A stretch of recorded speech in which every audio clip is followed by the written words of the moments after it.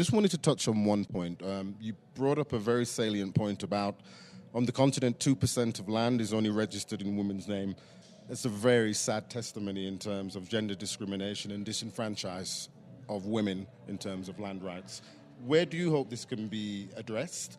And more importantly, how do you think it can be sort of changed and accelerated more in women-based rights for land? Well, thank you very much. I think there are two issues here. One is the commitment of leadership and political will to change things.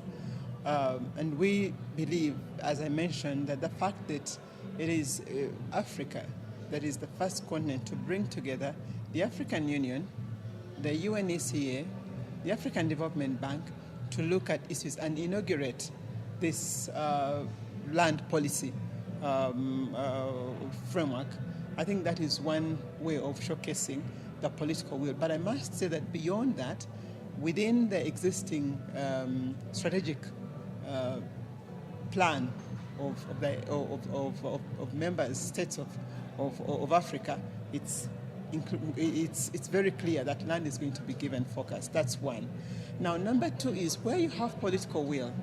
The second point is the how.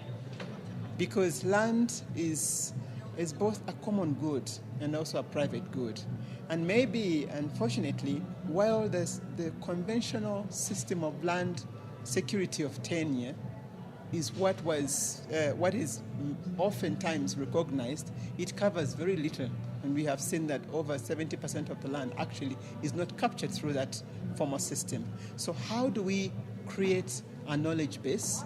How do you create tools, products, so that, first of all, the leadership that has the political will can do a diagnostic of how the land ownership, management, and use is, and how they can move from there to more security, and then beyond security to making it a productive resource.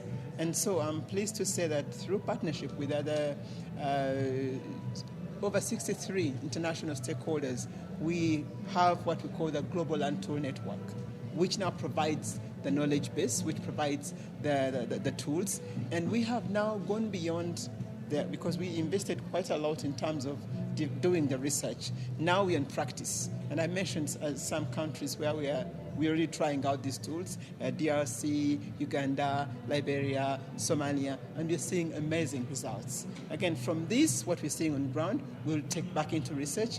And now with the existing framework of the AU, UNECA, and an African Development Bank, it will become a lot much easier to bring it to a bigger level. The second point I want to raise is that Africa is not isolated. It's part of the global community. And I think we have got a very opportune moment in the sense that we have lessons to learn from the Millennium Development Goals. Those 7 goals look simple, but they were a powerful tool. And every year, they were able to bring global leadership together to reflect on what effective leadership and sustainable development meant. And I think one thing we can learn from there is that commonness of purpose, that level of focus, that commitment from political to strategic engagement, and the cross-learning and partnerships has made them a tool of success. So now, that time, you may wish to know that the high-level panel of eminent persons reflecting on post-2015 recognized the importance of land as a productive, really transformative tool. But at that time, in 2002, there wasn't sufficient scientific knowledge, there wasn't sufficient baseline, there wasn't sufficient indicators.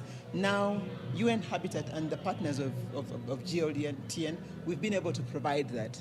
So that when we talk about, land governance, use and management, it's not just a big word. How do you break it down? And so we feel that at this point in time, if it is endorsed as part of the Sustainable Development Goals come next year, then that will complement much further the efforts of leadership. And finally then, just on this point, this is the inaugural conference here. What's your optimism, even though you're leaving as early, very early today, what's your optimism of the objectives that can be achieved here in Addis Ababa over the next few days? Well, I'm optimistic, and I'll give reasons as to why. One, I love the diversity of the level of participation here because we've got a broad spectrum And you can see the fact that now it's almost 8, and people have been here since morning. 2 days ago, they're going to spend another 3 days. There's government, there's civil society, private sector, banks, international community, the UN ourselves, all stakeholders who are involved in issues of land. That's number one. Number two, the fact that what we are discussing here are practices and policies that have been tried out, and there's been a lot of investment in research in this area. And so there was a selection of that, and that is what is being showcased here. So I believe that cross-learning is going to be a very inspirational mechanism and tool. And I do also recognize the fact that we have agreed with the leadership of the 3 tripartite body that this is not an event. There is going to be a process to follow through on whatever will have come out as resolutions, because we know that many times, even when we have good policies, what matters most is the implementation of those policies. And we look forward to working very closely with all the stakeholders to facilitate that process. Thank you.